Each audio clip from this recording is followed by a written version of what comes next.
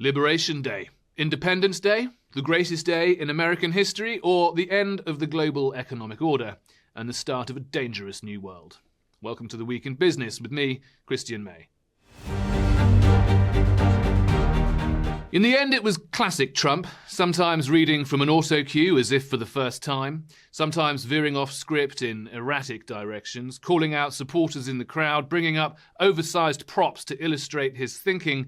But behind the showmanship and the rhetoric, President Trump blew up a global trading system and an economic order that had been taken for granted as the best way of doing things since the end of the Second World War, in the process becoming the most protectionist US president in 100 years. From Friday night, anything imported into the US from another country will be subject to a minimum 10% tariff, a tax, with many countries facing far higher rates. EU countries will face a 20% levy. Asian countries, including Vietnam, which has become a manufacturing powerhouse for clothes, toys and electronics, face truly crippling tariffs, meaning that entire supply chains are being totally upended. Goods exported from Vietnam to the US will now face a tariff of 46%. For Taiwan, it's 32%, 25% for South Korea. Trump says the tariffs will raise trillions of dollars, allowing him to deliver promised tax cuts for America. He also says the move is aimed to secure American jobs, protecting American manufacturing, and encouraging a wave of investment as firms build factories on US soil. Well, that is the theory behind this plan, but there's a theory behind communism too, and what matters is how it plays out in practice.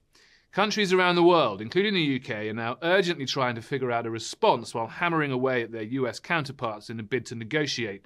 Now, Trump likes a deal, but after the bombastic and at times shocking announcements of last night, it seems unlikely that he'll start chipping away at his new economic order anytime soon.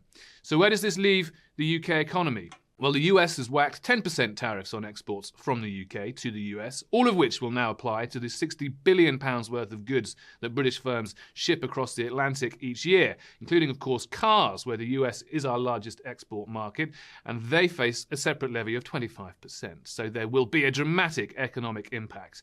A tariff is a tax, and taxes are all ultimately paid by people, not businesses, whether through higher prices or lower wages.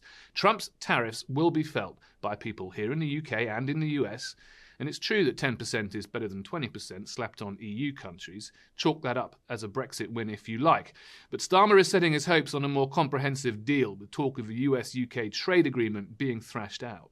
We must all hope that the government gets such a deal over the line. Lord Mandelson, the UK ambassador in Washington, and Downing Street officials know that the stakes could not be higher.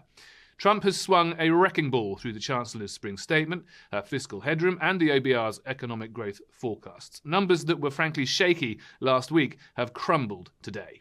The National Institute for Economic and Social Research claimed yesterday that if 10% tariffs were imposed on UK goods, what they called a worst-case scenario, economic growth in the UK would tumble to just over 0.5% this year before evaporating entirely in 2026. You heard that right. Some economists are now expecting 0% growth in the UK economy in 2026, unless that is Starmer can negotiate better terms, bespoke terms. The problem is that the UK economy is vulnerable to both the primary impact, the tariffs levied, and the secondary impacts of reduced global trade, slower global economic growth, a slump in business confidence, and the likely inflationary impact of all of this new friction in global trade. Even if Starmer carves out a deal for the UK, it will not insulate us from wider consequences. Trump has carved up the world, and the world needs to decide how it responds in the immediate and longer term. It's different strokes for different folks. The EU is expected to retaliate, while Australia has said it won't hit back, rejecting what it called a race to the bottom.